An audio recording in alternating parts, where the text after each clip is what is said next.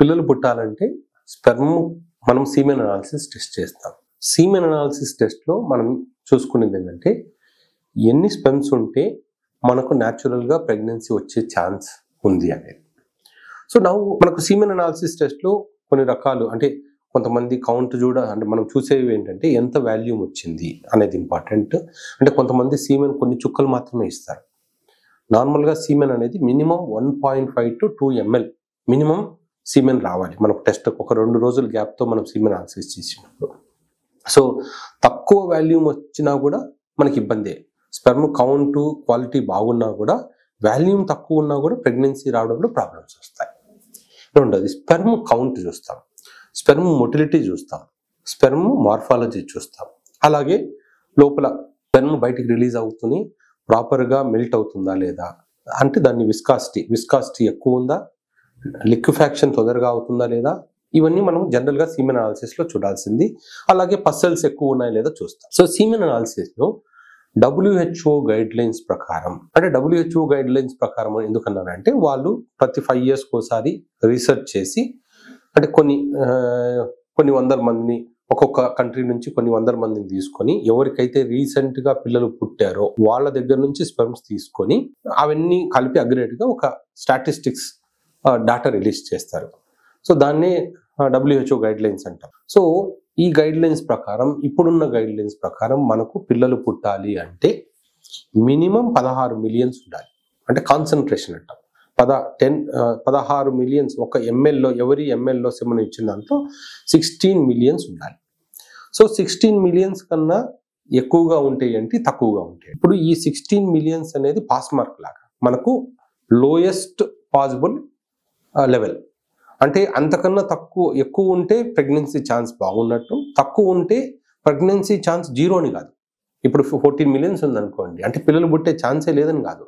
Even 10 millions ఉన్నా కూడా పిల్లలు పుట్టచ్చు, ఒక్కోసారి 1 మిలియన్ ఉన్నా కూడా అదృష్టం కొద్దీ ప్రెగ్నెన్సీ రావచ్చు.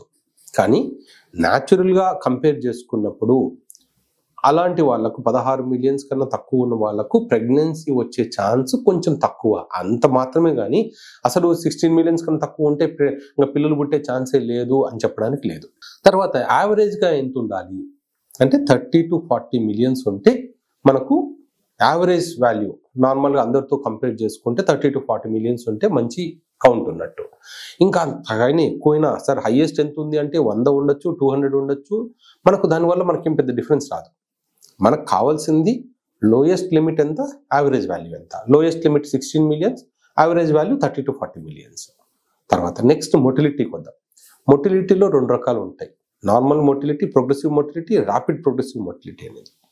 సో ప్రోగ్రెసివ్ మొటిలిటీ మినిమం 30 ఉండాలి. అగైన్ యావరేజ్గా ఎంత ఉండాలి అంటే అది కూడా అరౌండ్ 40 to 50% ఉండాలి. అది హెల్తీ రేంజ్ అన్నట్టు. 40 to 50 ఉంటే 30 ఉంది అంటే ఇంకా లోయెస్ట్ పాసిబుల్. సో మనం ఎప్పుడు కూడా ఒకవేళ ఈ లోయర్ లిమిట్స్ కన్నా హై ఉందనుకోండి, జనరల్గా మెడికేషన్స్ కూడా ఇవ్వం. న్యాచురల్గా ట్రై చేయండి, కొద్ది రోజులు ట్రై చేసి రాపోండి, అప్పుడు కాకపోతే చూస్తామని చెప్తాం.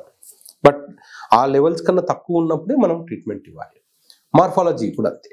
మార్ఫాలజీ మినిమం అంటే లెవెల్ ఏంటంటే 4%, హెల్తీ రేంజ్ అంటే 7 to 9%, ఇంకా 15% కన్నా ఉంటే బెటర్. కానీ జనరల్గా మనం హెల్తీ ఇండివిజువల్స్ మనం చూసేది 7 to 9% చూస్తున్నాం.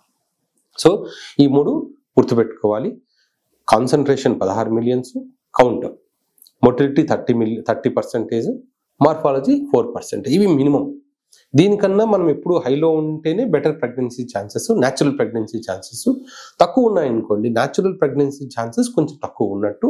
మనం ఏదో ట్రీట్మెంట్ అనేది తీసుకోవాలి, లేదా అదర్ మెథడ్ IUI చేయించుకోవడము, IVF చేయించుకోవడము అలాంటివి చేయాలి.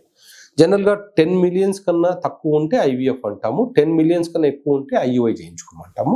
బట్ ఇవన్నీ ఎప్పుడు ట్రీట్మెంట్తో, ఎటువంటి మెడికేషన్స్తో ఇంప్రూవ్ కాలేదు అన్న వాళ్ళకి మాత్రమే. ఇంప్రూవ్ అయ్యే ఛాన్స్ ఉంది అన్నప్పుడు అవన్నీ అవసరం లేదు, న్యాచురల్గానే ప్రెగ్నెన్సీ వచ్చేట్టు చేయొచ్చు.